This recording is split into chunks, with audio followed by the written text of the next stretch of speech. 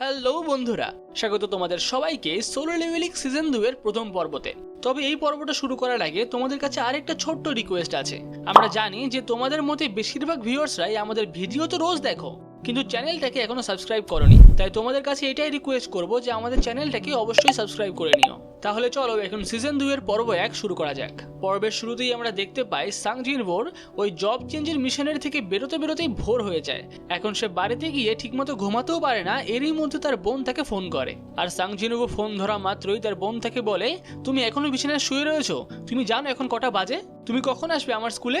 যেটা শোনার পরেই সাং জিনভো দেখে যে এখন দুপুর 2টো বাজে। আর তারপরেই সে জিনাকে জিজ্ঞাসা করে, তোমার স্কুলে কখন যেতে হবে? যার উত্তরে জিনা বলে 5টার মধ্যে আসলেই হবে। যেটা শুনে এই সময় সাং জিনভো বলে, ঠিক আছে তুমি চিন্তা করো না, আমি সময় মতো ঠিক পৌঁছে যাব। এই সময় জিনভো বিছানা থেকে লাফ দিয়ে ওঠে আর সঙ্গে সঙ্গেই তার স্কুলে যেতে চায়। তারপর সে ভাবে যে না, তার একটু ভালো ড্রেস পরে নেওয়ার দরকার। তাই এখন সে তাড়াতাড়ি তৈরি হয়ে বাড়ি থেকে বেরিয়ে যায়। কিন্তু সে প্রথমেই জিনার স্কুলে যায় না, সে আগে যায় ব্যাংকে। সে ব্যাংকের কাউন্টারে গিয়ে বলে সে একটা ডেবিট কার্ড বানাতে চায়, আর একই সঙ্গে সে তার পাসবইটাও দেয় আপডেট করার জন্য। অন্যদিকে কাউন্টারের ওই মেয়েটা তার ব্যাংকে 1.4 বিলিয়ন টাকা দেখে খুবই অবাক হয়। সে ভাবে এ তো খুবই ইয়াং, এই বয়সে সে এত টাকা কি করে কামালো। যার পরেই সে সাং জিনভোকে জিজ্ঞাসা করে, স্যার আপনি কি করেন, আমি কি জানতে পারবো? যার উত্তরে সাং জিনভো জানায় যে সে একটা হান্টার। যেটা শুনে এখন এই মেয়েটা ভাবে, হ্যাঁ আমি শুনেছিলাম যে হান্টাররা নাকি ভালোই টাকা ইনকাম করে, তার মানে এই ছেলেটা নিশ্চয়ই একটা হাই র্যাঙ্কের হান্টারই হবে। আর এরপরেই মেয়েটা সাং জিনভোকে বলে, আমাদের ব্যাংকের থেকে কিন্তু ভিআইপি মেম্বারসের জন্য ভালো একটা ইনভেস্টমেন্ট প্ল্যান আনা হয়েছে, তাহলে আপনি কি আজকে কিছু টাকা ইনভেস্ট করতে চান? যেটা শুনে সাং জিনভো বলে, না না থাক, আজকে নয়, অন্য কোনো দিন দেখা যাবে। আর এরপরে ব্যাংকের কাজ শেষ করে সে সোজা চলে যায় জিনার স্কুলে। এখন স্কুলে যাওয়ার সঙ্গে সঙ্গে জিনা তাকে বলে, তুমি আবার কে? সাং জিনভো কোথায়? আসলে সাং জিনভো এমন ড্রেস পরেছে যেগুলো সে কোনোদিনও পরে না, তাই জিনা এরকম বলছে। যেটা শুনে এই সময় সাং জিনভো বলে, কেন, আমাকে কি খুব খারাপ লাগছে? যেটা শুনে জিনা বলে, না না, আমি আসলে জানতাম না যে কেউ এতটা বদলে যেতে পারে। যেটা শুনে সাং জিনভো বলে, আমি তোমার টিচারের সঙ্গে দেখা করব, এরকম ড্রেস পরবো না তো কি পরবো বলো? যার পরে জিনা তাকে তার টিচারের কাছে নিয়ে যেতে থাকে। এই সময় স্কুলের বাকি সমস্ত মেয়েরা সাং জিনভোকে দেখে একেবারে থমকে যায়। তারা সবাই একই কথাই বলে, কি হ্যান্ডসাম ওই ছেলেটা, এটা কি কোনো নতুন টিচার? না না, ও তো জিনার সঙ্গে রয়েছে, তার মানে নিশ্চয়ই এটা জিনার দাদা। এই সময় জিনা সাং জিনভোকে বলে, বাহ তুমি তো ভালোই পপুলার হয়ে গেলে, তাহলে কি বলো, একটা মেয়ে পটিয়ে দেবো নাকি? যেটা শুনেই সাং জিনভো জিনার গাল টেনে বলে, একদম চুপ করে থাকো তুমি, হ্যাঁ। আর এখন জিনভো জিনার টিচারের কাছে পৌঁছায়, যাকে দেখে তার টিচার বলে, আচ্ছা আমি জানতাম না তো যে জিনার দাদা এত হ্যান্ডসাম। অন্যদিকে তাকে দেখে এই সময় সাং জিনভো ভাবে, আমিও তো এই স্কুল থেকেই পড়েছি, এই টিচারকে তো আগে দেখিনি কোনোদিনও। যাই হোক, এই সময় সে তার টিচারের সামনে বসে।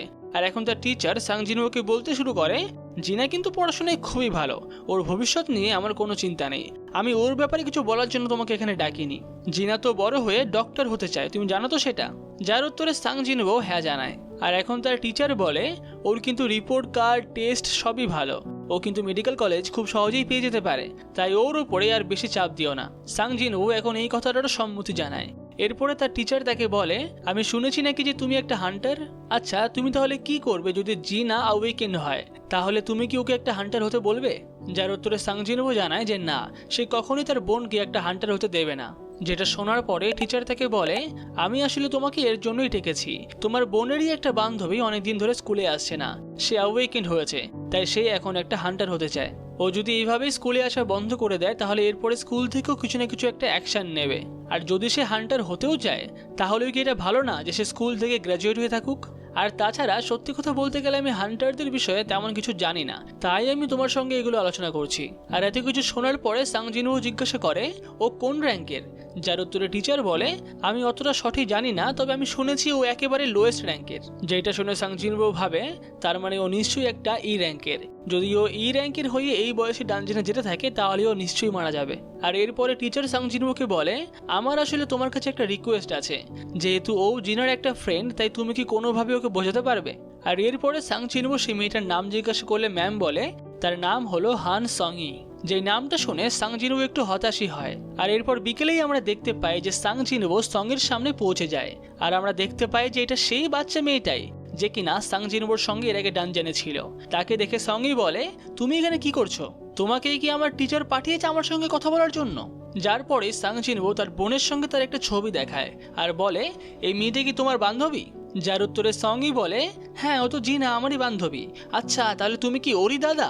তুমি যখন হসপিটালে ছিলে তখন তো আমি তোমাকে দেখতেও গেছিলাম। হয়তো আমার টিচার এর জন্যই তোমাকে আমার কাছে পাঠিয়েছে। তবে আমি জানি না যে আমার টিচার তোমাকে কি বুঝিয়েছে, কিন্তু তোমার কোনো কথা শুনেই আমি আবার স্কুলে যাব না, আমি হান্টারই হব।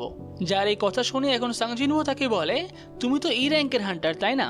তুমি কি জানো যে ম্যাজিক বিস্টদের মারতে গেলে ম্যাজিক অ্যাবিলিটিওয়ালা অস্ত্র লাগে, আর সেগুলো খুবই দামি হয়। যদি তুমি একটা কিনেও নাও তাও সেটা দুটো রেডের পরেই আবার নষ্ট হয়ে যায়, তাই তোমাকে আবার অস্ত্র কিনতে হয়। এই কারণেই একটা ই র্যাঙ্ক হান্টার হয়ে টাকা কামানো কিন্তু খুবই কঠিন। এখন তুমি আবার এইটা বলো না যে তুমি অস্ত্র ছাড়াই লড়াই করবে। তাছাড়া তোমার প্রথম রেড তো আমাদের সঙ্গে হয়েছে, তা সেখান থেকে তুমি অনেক টাকা পেয়েছো, সেই কারণেই কি তুমি হান্টার হতে চাইছো নাকি? সাংজিনবোর এত কথা শুনে এখন সঙ্গী তাকে বলে, তোমার এই সমস্ত লেকচার শোনার জন্য আমি এখানে আসিনি, তুমিও কিন্তু একটা ই র্যাঙ্কেরই হান্টার। যার এই কথা শুনে সাংজিনবো হেসে বলে, তুমি চিন্তা করো না, আমি তোমাকে হান্টার হওয়া থেকে আটকাতে আসিনি। যার কথা শুনে সঙ্গী বলে, তাহলে তুমি এসছো কেন আমার কাছে?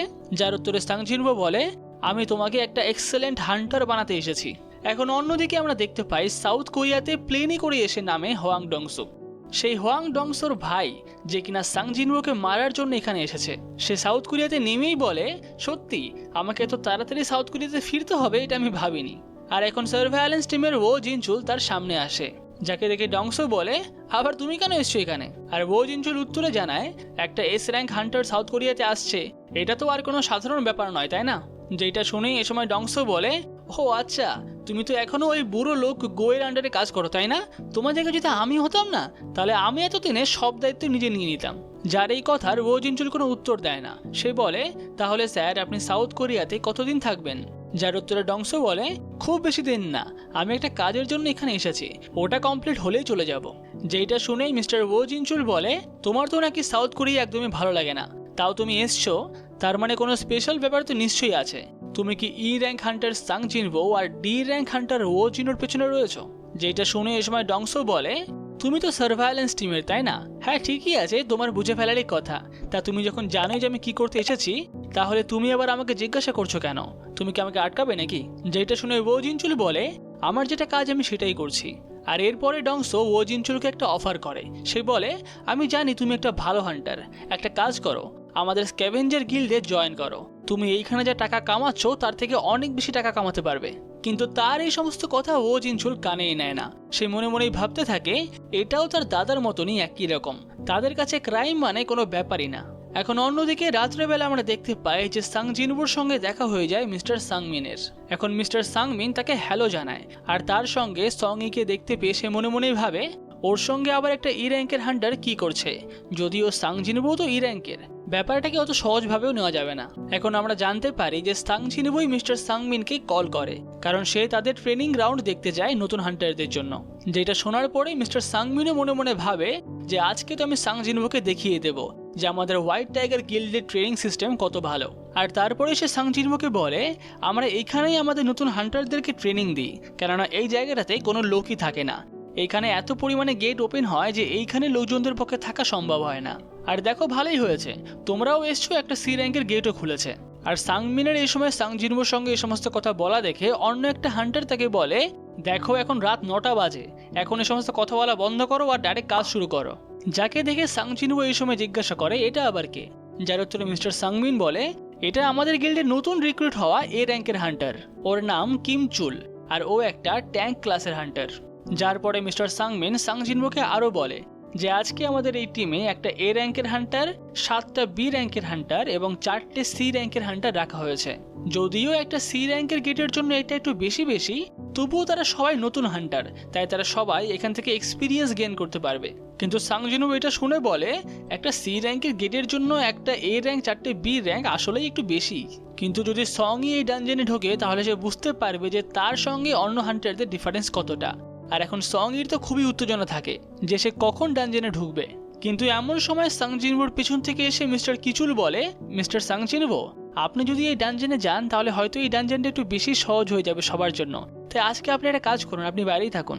কিন্তু সাংজিনবো তার কথা শোনে না, সে সঙ্গীকে ভেতরে পাঠিয়ে দেয় আর তার পেছন পেছন সেও যায়। আর তারা সবাই গেটে ঢোকা মাত্রই অদ্ভুত একটা জিনিস হয়, বাইরে থেকে মিস্টার সাংমিন আর মিস্টার কিচুল দেখতে পারে যে এই গেটটা একটা রেড গেটে বদলে যায়। এখন সাংজিনবো ডানজেনের ভিতরে ঢুকতে ঢুকতেও সেটা বুঝতে পারে তাই সে সেখান থেকে চিল্লিয়ে মিস্টার সাংমিনকে বলে, আপনি একটা কাজ করুন, এখনই সঙ্গে সঙ্গে মেন স্ট্রাইক স্কোয়াডকে ডাকুন। এদিকে বাইরে থেকে মিস্টার সাংমিন ভাবে যে মেন স্কোয়াডকে ডাকলেও কিচ্ছু হবে না, তাই সে সোজাসুজি গিল্ডের মাস্টারকেই ফোন করে। আর এখন তার গিল্ড মাস্টার একটা এস র্যাঙ্কের হান্টার ফোন ধরে বলে, একটা সি র্যাঙ্কের গেট রেড গেট হয়ে গেল, এটা তো খুবই খারাপ হয়েছে, তাহলে আমাকেই এখন ওখানে যেতে হবে। এখন অন্যদিকে আমরা দেখতে পাই যে মিস্টার ওো জিনচুল তার গাড়িতে করে হোয়াং ডংসুকে নিয়ে আসছিল। যেই সময় ডংসু বলে, তাহলে আমার দাদার শ্রাদ্ধের কি হলো, যার উত্তরে ওো জিনচুল বলে, আমরা তার বডি ডানজনে থেকে বেরই করতে পারিনি। আর এরপরে সে ডংসুকে জিজ্ঞাসা করে, তাহলে আমি এখন আপনাকে কোথায় নিয়ে যাব, যার উত্তরে ডংসু বলে, আমাকে সেখানেই নিয়ে চলো যেখানে এই সময় সাং জিনবো রয়েছে। যেইটা শুনে ওো জিনচুল বলে, কিন্তু সাং জিনবো এখন কোথায় আছে সেটা তো আমি জানি না। যার উত্তরে ডংসু বলে, সেটা কোনো ব্যাপার না, আমি তোমাকে বলছি। আর এরপরে সে তার মোবাইলে চেক করে আর বলে যে সাং জিনবো এক্ষুনি একটা ডানজনে ঢুকেছে, তুমি আমাকে সেখানেই নিয়ে চলো। আর ভালোই হয়েছে যে ও এখন ডানজনের ভেতরে আছে, তাহলে আমিও ঢুকতে পারবো। আর ওো জিনচুল, তোমাকে আমি একটা কথা বলে রাখি, তুমি কিন্তু আমার এই ব্যাপারে নাক গলাতে এসো না, তাহলে কিন্তু ব্যাপারটা খুব একটা ভালো হবে না। অন্যদিকে আমরা দেখতে পাই সমস্ত হান্টাররা ডানজনের ভেতরে ঢুকে ভাবে, এটা আবার কিরকমের ডানজন, ডানজন এরকমের হয় বলে তো কোনোদিনও শুনিনি। আর তাছাড়া গেটটাও বা কোথায় কোথাও হয়ে গেল, তাহলে আমরা এখন এখান থেকে বেরোবো কি করে। এদিকে সাং জিনবো মনে মনে ভাবে যে এই ডানজনের গেটটা হয়তো অন্য কোনো ডাইমেনশনে চলে গেছে। এদিকে সং ই এখন সাং জিনবোকে জিজ্ঞাসা করে, কিছু তো একটা উল্টোপাল্টা চলছে তাই না? আর এটা বলা শেষ করার আগেই তার দিকে একটা তীর আসে, যেটা সাং জিনবো ধরে ফেলে। আর তারা দেখতে পায় যে দূরে গাছে কয়েকটা আই সেলফ দাঁড়িয়ে রয়েছে, তারাই এই তীরগুলো মেরেছে। এখন তাদেরকে দেখে সাং জিনবো ভাবে, ওরা যে আশেপাশে আছে সেটা আমি বুঝতেই পারিনি। এদিকে এখন আমরা বাইরে দেখতে পাই যে এস র্যাঙ্ক হান্টার বাই কিওনো এখন রেড গেটের সামনে চলে আসে। সে বলে, ব্যাপারটা একদমই ঠিক হচ্ছে না, তুমি কি অ্যাসোসিয়েশনকে কল করেছো? যার উত্তরে মিস্টার সাংমিন বলে, হ্যাঁ আমি কল করেছিলাম, ওরা বলছে যে এটা সি র্যাঙ্কের গেটই হওয়ার কথা। এখন বাই কিওনো মনে মনেই ভাবতে থাকে, সাধারণত রেড গেট কোনো হাই র্যাঙ্কের গেটের থেকেই হয়, কিন্তু এটা সি র্যাঙ্কের গেটের থেকেও রেড গেট হয়ে গেল। এই ডানজনটা হয়তো এখন একটা এ র্যাঙ্কের ডানজনের সমান। আর এরই সঙ্গে আমাদের সোলো লেভেলিং সিজন 2 এর পর্ব 1 এখানে শেষ হয়। পুরো পর্বটা ভালো লেগে থাকলে লাইক কিন্তু অবশ্যই করবে। আর যেই রিকোয়েস্ট আমি তোমাদের কাছে করলাম, তোমরা প্লিজ চ্যানেলটাকে সাবস্ক্রাইব করো। তোমরা ডেইলি ভিডিও দেখো কিন্তু সাবস্ক্রাইব করো না, প্লিজ করে নাও সাবস্ক্রাইব, আমাদের খুবই ভালো লাগবে। তাহলে দেখা হচ্ছে পর্ব 2 এ।